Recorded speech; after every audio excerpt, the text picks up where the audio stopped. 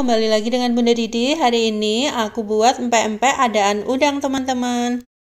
Kebetulan di freezer masih ada sisa kuah cuko, jadi aku bikin empek-empek yang simple ini.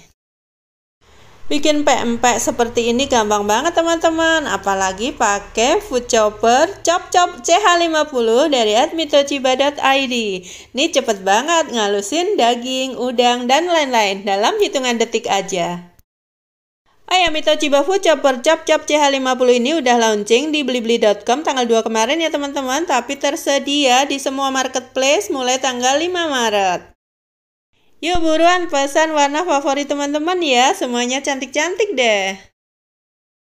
Setelah adonan udang halus, tambahkan telur ya, lalu tambahkan daun bawang dan juga tepung tapioka.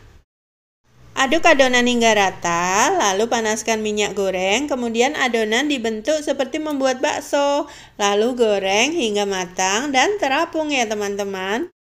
Nah seperti ini kalau udah matang akan terapung dan berputar-putar empek-empeknya. Nah ini siap diangkat, lalu sajikan dengan kuah cuko. Selamat mencoba ya.